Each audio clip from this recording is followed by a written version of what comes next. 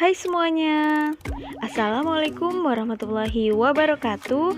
Kembali lagi bersama saya, Vina.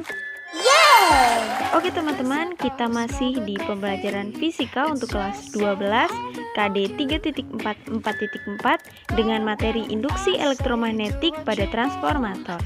Tujuan pembelajaran kita yaitu diharapkan peserta didik mampu menganalisis persamaan transformator dengan benar sehingga menjadi cerdas, bertakwa, dan berakhlak mulia. Simak pembahasannya berikut ini, oke? Oke, sekarang kita ke pembahasan induksi elektromagnetik pada transformator.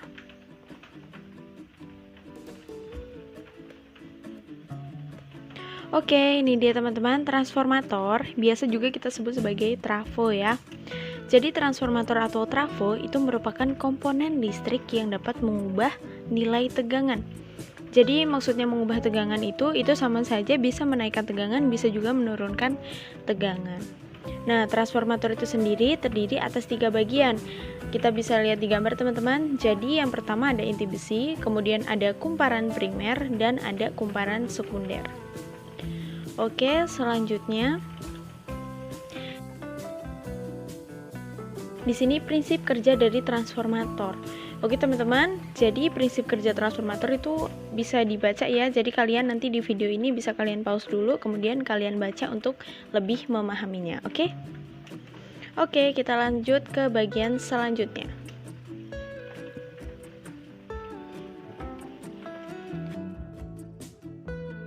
Ini dia persamaan transformator. Nah, ini yang biasa sering muncul di soal sih ini. Jadi yang pertama pada transformator ideal. Nah, untuk transformator ideal itu berlaku persamaan Vp per Vs sama dengan Np per Ns sama dengan Is per Ip. Kemudian pada transformator non ideal itu akan berlaku Vp per Vs sama dengan Np per Ns.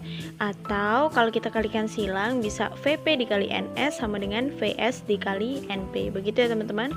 Nah, ini dia untuk pengertiannya, di mana Vp itu merupakan tegangan kumparan primer, kemudian Vs tegangan kumparan sekunder, dan Np banyak lilitan primer, Ns banyak lilitan sekunder, Is kuat arus pada kumparan sekunder, dan Ip merupakan kuat arus pada kumparan primer. Oke teman-teman, sekarang kita ke contoh soalnya. Perhatikan tabel pengukuran tegangan dan arus dari sebuah trafo ideal di bawah ini.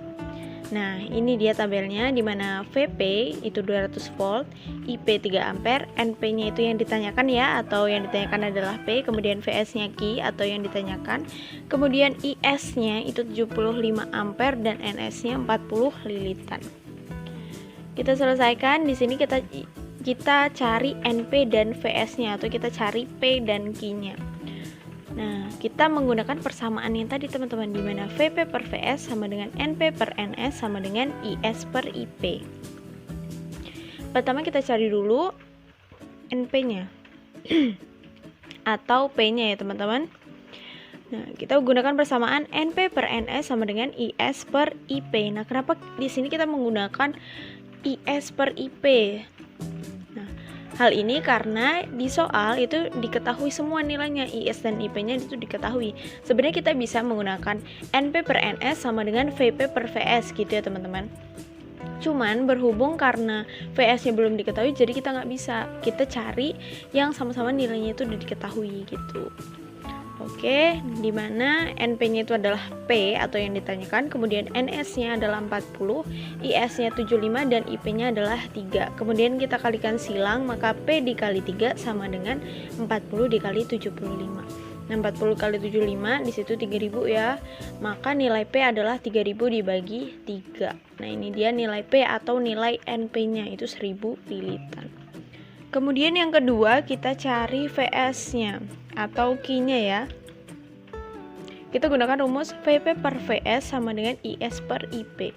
Sebenarnya kita bisa juga menggunakan Np per Ns karena di situ Np-nya udah diketahui. Nah, tapi kita gunakan ini aja. Kita masukkan nilainya di mana Vp adalah 200, Vs-nya adalah Q atau yang ditanyakan, kemudian Is-nya 75 dan Ip-nya adalah 3. Kemudian kita kalikan silang, Q dikali 75 sama dengan 200 dikali 3. Maka Q 75 sama dengan 600. Sehingga Q sama dengan 600 dibagi 75, maka nilai Q adalah 8 volt. Begitu ya teman-teman. Oke, selanjutnya kita ke contoh soal nomor 2 nih. Diketahui sebuah trafo dengan 1000 lilitan primer dan 200 lilitan sekunder. Jika lilitan primer itu dihubungkan dengan tegangan primer 600 volt, maka besar tegangan lilitan sekundernya itu berapa? Nah, kita selesaikan teman-teman, tetap menggunakan persamaan yang tadi, di mana VP per VS sama dengan NP per NS sama dengan IS per IP. Nah, di sini diketahui trafonya 1000 lilitan primer, berarti ini NP-nya ya, NP-nya adalah 1000 lilitan. Kemudian NS-nya adalah 200 lilitan. Dan di sini diketahui VP-nya adalah 600 volt, sedangkan yang ditanyakan adalah VS-nya, teman-teman. Oke? Kita gunakan persamaan VP per VS sama dengan NP per NS, karena di sini yang diketahui NP per NS. Begitu ya teman-teman. Kalau misalnya di soal yang diketahui IS dan IP-nya, berarti kita gunakan VP per VS sama dengan IS per IP. Nah, berhubung di sini yang diketahui adalah lilitannya, berarti kita gunakan persamaan ini ya. Oke, langsung kita masukkan nilainya, di mana VP-nya itu adalah 600, kemudian VS-nya adalah yang ditanyakan, NP-nya 1000 dan NS-nya itu adalah 200. Maka kita kalikan silang. Berarti 1000 dikali VS atau VS dikali 1000 ya sama aja, sama dengan 600 dikali 200. Maka nilai VS-nya 600 dikali 200 kan 120.000. Berarti kalau kita mencari VS-nya 120.000 dibagi 1000. Begitu ya. Maka hasil VS-nya adalah 120 volt. Begitu ya teman-teman. Oke, selanjutnya kita bahas mengenai jenis-jenis transformator. Nah, tadi kan trafo itu ada yang bisa menaikkan tegangan, ada juga yang bisa menurunkan tegangan. Nah, ini dia. Berdasarkan pengubah tegangan itu ada dua jenis transformator. Yang pertama transformator step up. Kalau step up itu berarti dia bisa menaikkan atau memperbesar tegangan bolak-balik sumber. Nah, untuk ciri-ciri dari step up ini, VP-nya itu lebih kecil dari VS, kemudian NP-nya itu lebih kecil dari NS, dan IP-nya lebih besar dari IS. Oke? Kemudian yang kedua ada transformator step down. Nah, step down ini adalah transformator yang digunakan untuk menurunkan atau memperkecil tegangan bolak-balik suatu sumber gitu ya. Nah, ini ciri-cirinya kebalikannya dari step up tadi ya, dimana kalau di step down ini VP lebih besar dari VS, kemudian NP atau lilitan primernya itu lebih besar dari lilitan sekundernya, dan arus primernya lebih kecil dari arus sekunder. Begitu ya teman-teman. Oke. Sekarang kita ke efisiensi transformator. Nah, efisiensi itu merupakan besaran yang menyatakan perbandingan antara daya keluaran. Daya keluaran itu biasa disebut dengan P out ya. P itu kan daya. P out berarti daya keluar. Dengan daya masukan. Daya masukan itu P in.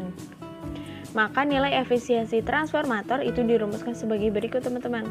Di mana, nah ini kan bentuknya ada simbol seperti N ya. Nah ini bacanya adalah eta. Eta sama dengan P out per P in dikali 100%. Jadi sama aja, eta itu sama dengan daya yang keluar dibagi daya yang masuk dikali 100%. Kemudian kalau yang diketahui di rumusnya itu, di soalnya itu adalah daya sekunder dan daya primer, maka kita gunakan rumus yang kedua, di mana eta sama dengan P sekunder atau daya sekunder dibagi dengan daya primer. Daya sekunder itu sama aja daya keluaran ya, kemudian daya primer itu sama aja daya masukan. Kemudian jika di soalnya itu yang diketahui adalah V dan I-nya. Karena rumus dari daya atau rumus dari P itu sama dengan V dikali I gitu ya teman-teman. Jadi sama aja intinya dari semua ini. Jadi untuk rumus yang ketiga, jika di soalnya diketahui adalah V-nya tegangan sama I-nya atau arus, Itu kita gunakan rumus yang ketiga, dimana eta sama dengan V sekunder atau tegangan sekunder dikali arus sekunder dibagi tegangan primer dikali arus primer dikali 100%. Begitu teman-teman. Ini dia. Eta itu efisiensi transformator, kemudian PS daya pada kumparan sekunder, PP itu adalah daya pada kumparan primer, IS itu adalah kuat arus kumparan sekunder, dan IP adalah kuat arus kumparan primer. Oke teman-teman, kita ke contoh soalnya nih. Tegangan primer, tegangan sekunder, kuat arus primer, kuat arus sekunder secara berturut-turut 220 volt, kemudian 110 volt, 1 ampere dan 1,5 ampere. Berapakah besar efisiensi trafo? Nah, kita bisa lihat di sini teman-teman. Di sini di soal itu yang diketahui tegangan sama arusnya. Ya, VP-nya itu 220, VS-nya 110, IP-nya 1 ampere, IS-nya 1,5 ampere. Yang ditanyakan adalah efisiensinya. Karena di sini yang diketahui tegangan dan arusnya, maka kita gunakan rumus yang ini teman-teman. Oke, langsung saja kita masukkan nilainya, di mana eta sama dengan 110 dikali 1,5 dibagi 220 dikali 1 dikali 100%. Nah, hasilnya adalah 75%. Begitu ya teman-teman.